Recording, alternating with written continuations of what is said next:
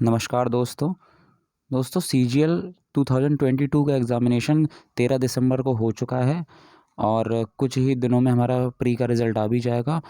तो CGL mains में क्या स्ट्रेटजी रहनी चाहिए, ख़ासतौर से इंग्लिश के बारे में, क्योंकि इंग्लिश का सबसे ज़्यादा वेटेज है। 45 questions will be there in mains. और मैंने आईबीपीएस के यानी कि बैंकिंग एग्ज़ाम्स और एसएससी के काफ़ी सारे एग्ज़ाम्स दिए हैं और most of the exams clear भी किए हैं। और जो एग्ज़ाम नहीं भी क्लियर किए हैं वो इंग्लिश की वजह से कभी भी नहीं रुके हैं, है ना। तो मैं आपको ये बताऊंगा कि मेरी क्या स्ट्रेटजी रही है इन क्लियरिंग बैंकिंग एग्ज़ाम्स और इन क्रैकिंग एसएससी एग्ज़ाम्स ऑल्सो। वो हम आज इस वीडियो में बात करेंगे। कैसे अपना स्कोर को इम्प्रूव किया जा सकता है, क्या छोटी छोटी सी ट्रिक्स होती हैं जिसको अप्लाई करके हम अपना स्कोर बढ़ा सकते हैं। पैसेज को कैसे हमें करना है, एक्टिव पैसिव वॉइस और इनडायरेक्ट को कैसे करना होता है, क्योंकि ये श्योर शॉर्ट नंबर्स होते हैं, है ना। एक्टिव पैसिव अगर आपने इसकी ट्रिक्स अगर पढ़ रखी हैं, ट्रिक्स कह लो या फिर इसके जो बेसिक रूल्स अगर आपने कर लिए हैं तो इतनी परेशानी होने नहीं वाली है। और जिन लोगों की इंग्लिश कमज़ोर है वो कैसे मतलब इस चीज़ को सुधार सकते हैं, इंग्लिश को कैसे इंप्रूव कर सकते हैं, वो हम इस वीडियो में देखेंगे, ठीक है। सबसे पहले तो सिलेबस की बात कर लेते हैं। सिलेबस क्या क्या है हमारा।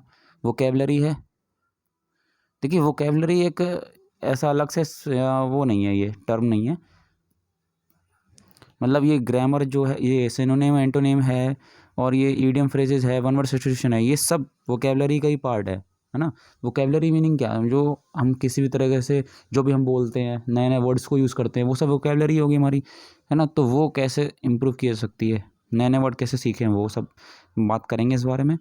सेंटेंस स्ट्रक्चर हो गया, ग्रामर की ये preposition, conjunction, adjective, adverb, phrases, ये सब। एरर्स हो गई, फिल इन द ब्लैंक्स हो गया, डिटेक्शन, इनमें से स्वेल्ड वर्ड्स आते हैं, इडियम फ्रेजेस आते हैं, one word substitution, improvement of sentences also. इसके अलावा active passive voice, direct indirect narration, shuffling of sentences passage के फॉर्म में या फिर पार्ट्स के फॉर्म में, क्लोज टेस्ट आता है और ये कॉम्प्रहेंशन आता है, ठीक है।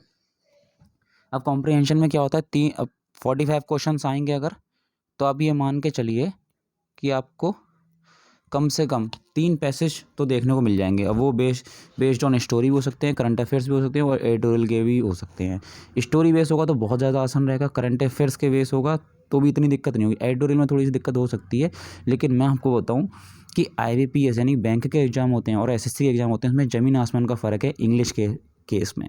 इंग्लिश बैंक एग्ज़ाम की काफ़ी टफ है, एसएससी के कंपेरिजन एसएससी की इतनी टफ नहीं है, क्योंकि एसएससी में क्या एक्टिव पैसिव वॉइस भी आते हैं, डायरेक्ट इनडायरेक्ट नरेशन भी आते हैं, मिसेस फेल्ड वर्ड भी आते हैं, ठीक है। वो अब आईबीएस में तो नहीं आते हैं, लेकिन ये आसान बहुत होते हैं, क्योंकि इसके बेसिक रूल्स अगर आपने पढ़ लिए तो कुछ दिक्कत नहीं होने वाली है, अलग से कोई इसमें कुछ करना नहीं है। और एग्ज़ाम से पहले हमें कम से कम 10 टेस्ट तो लगा ही लो आप, फुल लेंथ टेस्ट। और अगर इंग्लिश किसी कमज़ोर हो तो इंग्लिश के और ज़्यादा टेस्ट लगा लो, 20 टेस्ट लगा लो कम से कम। और कुछ एप्लीकेशन जैसे इसमें होती हैं, जैसे ग्रेड अप की हो गई, अड्डा 247 की हो गई, ओले बोर्ड की होगी। मैंने पर्सनली अड्डा 247 की ले रखी है। मैंने यूपीएसआई वाले के लिए भी ली थी अड्डा 247 की, और सीजीएल प्री के लिए, मतलब सीजीएल प्री मेंस दोनों के लिए कॉम्बिनेशन वाली एक थी, वो भी ली थी मैंने। और सबसे अच्छी बात यह कि वो 399 की आपको मिलेगी, ठीक है, 399 रुपये की मिलेगी। तो सस्ती भी है और इसमें टेस्ट भी बहुत सारे हैं, इंडिविजुअल टेस्ट भी हैं, सेक्शन वाइज टेस्ट भी हैं, फुल लेंथ टेस्ट भी हैं। तो मैं तो रिकमेंड करूँगा अड्डा की कर लीजिए। हालांकि लोग ग्रेड अप की भी करते हैं और ओले बोर्ड की भी करते हैं, तीनों की टेस्ट सीरीज अच्छी हैं, किसी की भी लगा लीजिए।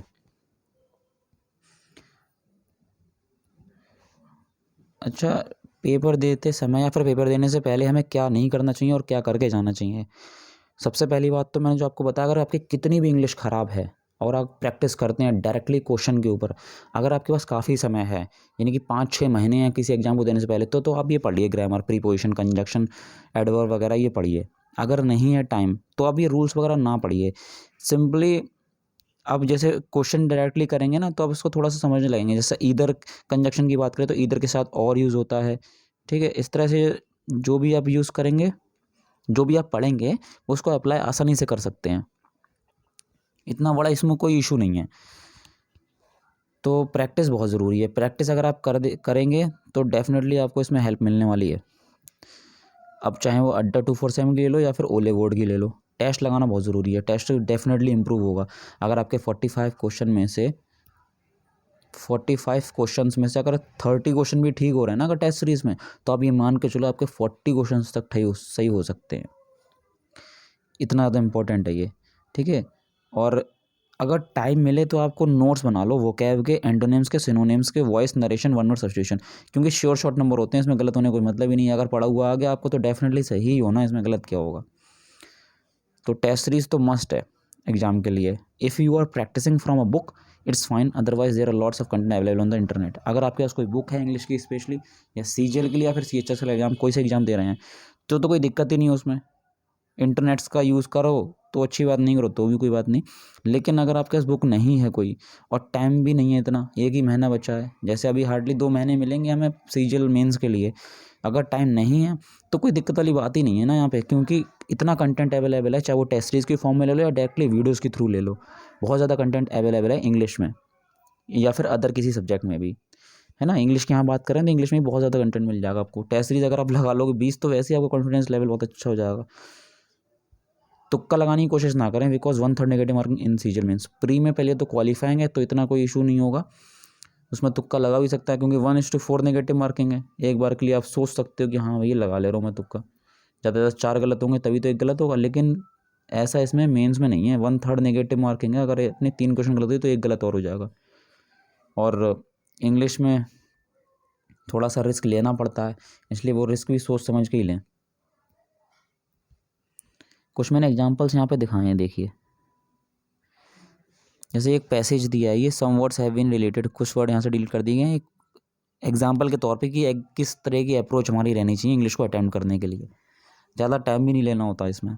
All drivers are affected by road rage whether they are directly और इनडायरेक्टली इन्वॉल्व। अब ये जब आप प्रैक्टिस करोगे ना तभी ये समझ में आ जाएगा आराम से कि इसमें कौन सी चीज़ सही होगी। वो ऐसे वो इसलिए क्योंकि जैसे यहाँ पे अगर हम देखें, देखिए all drivers are affected, is are am या फिर वॉज वर अगर यूज़ हो रहा है उसके साथ थर्ड फॉर्म यूज़ कर रहे हैं, फिर से ये दे आर डायरेक्टली इनडायरेक्टली, फिर से इन्वॉल्व यूज़ करेंगे हम यहाँ पे, है ना। एक ही क्वेश्चन मैंने यहाँ पे दिखाया क्योंकि वो फिर किसी और वीडियो में देख लेंगे 5 क्वेश्चन फुल क्लोज टेस्ट को कैसे हम लोग अटेम्प्ट करते हैं, तो यहाँ पे इन्वॉल्व हो जाएगा इसका, है ना। इज आर एम ये सिंपल सेंटेंस हो गया ना, all drivers are affected by road rage, तो यहाँ पे इज आर एम जो है वो आ रहा है, या फिर वॉज वर्ब भी अगर इसकी जगह आता, मतलब पास्ट में भी अगर सेंटेंस रहता तो वर्ब की थर्ड फॉर्म फिर यहाँ पे यूज़ करते हैं हम, ठीक है। और सबसे आसान हमें सीजीएल में क्या मिल जाता है, देखो मिस स्पेल्ड वर्ड ही बहुत आसान सी हैं, ठीक है। मतलब आपको मज़े ही आ जाएंगे वो करने के बाद, अगर आपने प्रैक्टिस कर ली ना हल्की सी भी तो डेफिनेटली मज़े आ जाएंगे मिस स्पेल्ड वर्ड के लिए, क्योंकि फ्री के नंबर हैं एक प्रकार से मान लो ये। और देखिए ये जो है जंबल सेंटेंस है, जंबल सेंटेंस तो आपकी एक भी गलत नहीं होनी चाहिए, वो इसको अटेंड करने की देखो क्या सी रहती है। अब ये हम यहाँ पे अगर देखें, the growing sales of sneakers, dominance of the athleisure trend along with the pursuit of comfort has had a significant impact on। देखिए along with से तो स्टार्ट नहीं होगा हमारा सेंटेंस, क्योंकि along with से तो सेंस ही नहीं बनता, कुछ तो लेके आओगे सब्जेक्ट वगैरह, कुछ हैज़ हैड से भी नहीं बनेगा, ठीक है। मतलब यहाँ पे ऐसा करते हैं तो थर्ड नहीं हो सकता, पहला सेंटेंस एस भी नहीं हो सकता, तो एस से तो है नहीं, आर से ये शुरू हो रहा है, ये वाला नहीं होगा, ठीक है। क्यू से हम शुरू कर सकते हैं क्या, या फिर पी से शुरू करते हैं, पी एस आर क्यू देखिए, फिर उसके बाद ऑप्शन भी चेक कर सकते हो आप डायरेक्टली, पी एस हमने आर से भी नहीं हो सकता, है ना, और क्यू से और पी से ही स्टार्ट होगा या तो डेफिनेटली, तो the growing sales of sneakers, S उसके बाद, has had a significant impact on along with the, तो ये ऑन के बाद along से यूज़ कर रहा है तो ये तो ये नहीं बन पाएगा, है ना, तो पी गलत हो गया, पी एस आर क्यू वाला गलत हो गया, क्यू, अब क्यू और एस, ये क्यू से स्टार्ट होने वाला देख लीजिए, dominance of the athleisure trend along with the pursuit of comfort, ये नहीं बन पाएगा, सी वाला देखिए हो सकता है, dominance of the athleisure trend has had a significant impact on the growing sales of sneakers, along with the pursuit of comfort। ठीक है, तो यहाँ पे हमारा कौन सा ऑप्शन सही हो गया है, सी वाला, यानी कि थर्ड, QSRP। ठीक है, उसके बाद और एग्जांपल देखते हैं। Cyber security experts hired by mister Bezos the world's richest man concluded his phone was probably infiltrated by video files। तो ये देखिए यहाँ पे बी से तो स्टार्ट नहीं होगा, from A WhatsApp account purportedly belonging to Prince. ठीक है, सी से भी स्टार्ट नहीं हो सकता क्योंकि फ्रॉम से यहाँ से स्टार्ट नहीं होगा। नोन एज MBS, मतलब किस चीज़ के बारे में बात हो रही है यहाँ पे, नोन एज MBS क्या है यहाँ पे, है ना, किसी का, तो वो डी सेंटेंस से स्टार्ट नहीं कर सकते ना, तो डी से शुरू नहीं होगा, तो डी से शुरू नहीं होगा तो ये भी हमारा सेंटेंस नहीं होगा, बी वाला भी नहीं हो सकता और सी वाला, कितना सिंपल हो गया यहाँ पे, तो ए से ही स्टार्ट होगा फिर तो। Cyber security experts hired by mister Bezos the world richest man concluded his phone was probably infiltrated by a video file sent from a WhatsApp account। ये सीधा सीधा बन गया, देखिए यहाँ पे ये आंसर सही हो जाएगा। इसमें देखते हैं, being a very, he had से अगर स्टार्ट हो रहा है ना, तो ही कौन है यहाँ पर, ही है कौन, है ना, ही की बात अभी हुई नहीं है तो सी से स्टार्ट नहीं हो पाएगा, है ना। ही शी से अगर कुछ स्टार्ट हो रहा है तो भी नहीं, तो भी इसका नहीं होगा। As a result concluded later, इस चीज़ से, इस वर्ड इन, मतलब इनसे एक और स्टार्ट हो रहा है ना हमारे सेंटेंस, तो वो पहले सेंटेंस नहीं हो सकते किसी भी एक पैराग्राफ के, तो ये नहीं होगा, ये भी नहीं होगा, यानी कि सी और डी वाला नहीं होगा, सी वाला नहीं होगा, डी वाला तो कोई है नहीं। A rich man was retiring when an angel of death came to him. अब ये बी वाला हम चेक कर सकते हैं, बी और A. Rich man was retiring when an angel of death came to him, he had worked long and hard to acquire. अब a rich man की बात हो रही है डायरेक्टली ही में, तो ही से मतलब ए के, ये पक्का इस बी के बाद सी हो जाएगा। बी सी का कॉम्बिनेशन देख लो, बी सी का कॉम्बिनेशन इसमें भी है, इसमें भी है और इसमें नहीं है। ठीक है, इसमें नहीं है तो इसको हटा दो। हालांकि इसको प्रैक्टिस आप करेंगे ना तो इतना टाइम लगता भी नहीं है, समझाने के चक्कर में मुझे भी इतना टाइम लग रहा है, लेकिन ऐसा कुछ है नहीं इसमें खास तौर से। अब ए वाला चेक कर लेते हैं ना, rich man was retiring when an angel of death came to him, he had worked long and hard to acquire massive wealth and retire in luxury and could not believe that his time was up. Being a wealthy man, he decided to buy some more time from the angel of death at any cost. He bargained for a long time, but the angel was unmoved। सही है ये वाला। ठीक है, चलो आगे देखते हैं।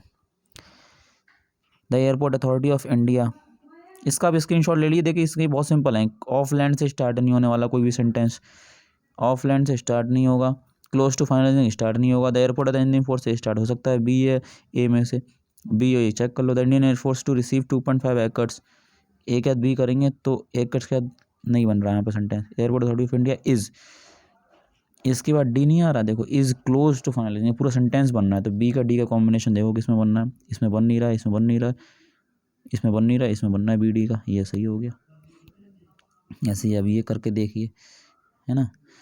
तो ये मैंने थोड़े से एग्जांपल इसलिए डाले ताकि आपको मैं बताऊं कि जंबल वर्ड्स, जंबल सेंटेंसेस होते बहुत आसान चीज़ है सीजीएल में। मिस स्पेल्ट वर्ड बहुत आसान चीज़ है, क्योंकि आसानी से नंबर वहाँ से गेन किए जा सकते हैं ना। और एक्टिव पैसिव और नरेशन, इन दोनों में नंबर तो आपके 100% मिलने ही मिलने हैं। अगर 2-3 क्वेश्चन भी अगर आ रहे हैं ना इन दोनों के, तो 6 क्वेश्चन आपको डेफिनेटली मिलने ही मिलने हैं। वो तभी मिलेंगे आपको रूल सारे पढ़ लोगे। मैं अपनी इस वीडियो के थ्रू मैं एक्टिव पैसिव और ये इन सब चीज़ों की वीडियो डाल दूंगा मेन से पहले, कुछ दिन पहले, ताकि आसानी से प्रैक्टिस की जा सके उसकी। और मैं ये इसलिए ये सब अपना एक्सपीरियंस इसलिए शेयर कर रहा हूँ कि क्या स्ट्रेटजी रहनी चाहिए हमारी इंग्लिश की, क्योंकि IAPS का भी मैंने एग्ज़ाम दिया तो उसमें मैंने कई बार प्री में 27.5 मार्क्स तक गेन किए हैं 30 आउट ऑफ, और मेंस में भी बहुत अच्छी परफॉर्मेंस रही है। क्योंकि मेंस में इतने लंबे क्वेश्चंस होते हैं उसमें कि हम पढ़ने का टाइम नहीं मिल पाता, उसमें इतना ज़्यादा उसमें लेंदी होते हैं, इसमें तो बहुत छोटे छोटे दिए होते हैं, पैसेज भी, या फिर कोई क्लोज टेस्ट की बात कर लो। उसके बाद भी ठीक है,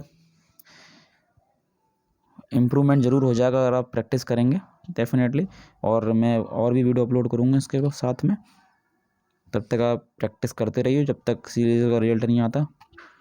रिजल्ट आ जाएगा, जिन लोगों का क्लियर होगा वो तो डेफिनेटली करो ही करो। अगर इसमें नहीं भी होता किसी का तो CHSL तो है ही, CHSL जिंदाबाद। ठीक है, थैंक यू गाइस, मिलते हैं नेक्स्ट वीडियो में।